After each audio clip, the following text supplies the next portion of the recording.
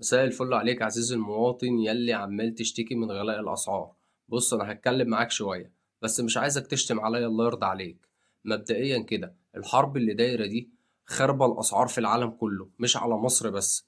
ولو انت مش متابع الأخبار الدولية فانت لازم تتابع عشان تعرف احنا فين وهم فين. وصدقني، موضوع أزمة النفط دي عالمية. لأن يا صديقي أنت لو بتتابع الأخبار هتعرف إن تلتين النفط العالمي بيمر من مضيق هرمز. تمام. وإحنا عندنا في مصر هنا الإنتاج بتاع النفط بتاعنا ما بيكفيناش. إحنا عندنا مثلا بننتج النص وبنشتري النص. فأنت أصبح أنت بتشتري بالغالي. أنت هتعمل إيه؟ أنت حط نفسك مكان الحكومة، أنت هتعمل إيه؟ دي حاجة. موضوع بقى الاستعباط الزيادة اللي في الأسعار ده، فإحنا لازم نطلب إن جهاز حماية المستهلك يتعب شوية الفترة اللي جاية وينزل على الأرض، لأن فعلا التجار بتتجاشع وبتستعبط في الأسعار. الكلام ده ما ينفعش.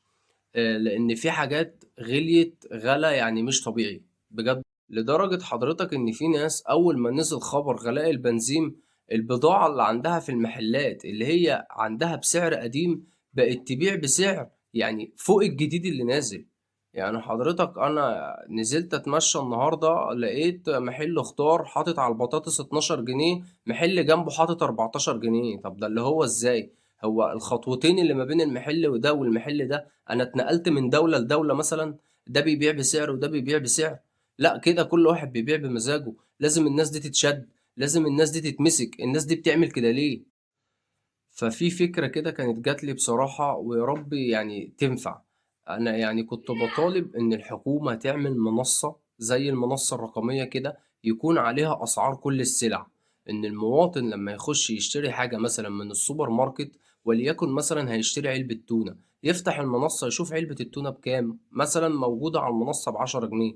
دخل المحل قال له ب15 جنيه، يقول له لأ ويسيبه ويمشي، ويروح مصور المحل ومتصل بجهاز حماية المستهلك، مديهم عنوان المحل وبعت لهم الصورة، ومبلغهم ان هو كان عايز يبيع السلعة بسعر غير اللي موجود على المنصة اللي المفروض الدولة حطاه.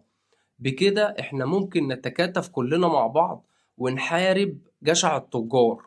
وعايز اقول لك على حاجة عزيزي المواطن، مش هتبقى الدنيا الاسعار مولعة في العالم كله ومطلوب من حكومة بلدك ان هي تبقى ساحرة، ان هي تعمل سحر وتنزل لك الاسعار.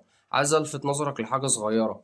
روسيا كان مفروض عليها عقوبات من مجلس الامن الدولي ومن الولايات المتحدة ان هي ما تبيعش نفط. تمام. ايه اللي خلاهم دلوقتي يرفعوا العقوبات دي من عليها؟ والاتحاد الاوروبي دلوقتي ناقص يبوس ايد روسيا عشان تديهم نفط.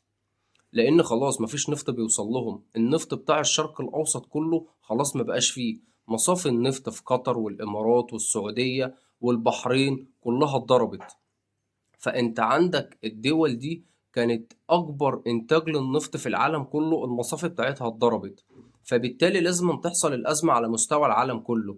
بس احنا هنا يعني بنطالب ان جهاز حماية المستهلك لازم ينزل يشد الدنيا في الشارع شوية. لان بجد والله العظيم يعني في ناس ما عندهاش ضمير، يعني بقت تستعبط في الاسعار اللي هي بتبيع بيها.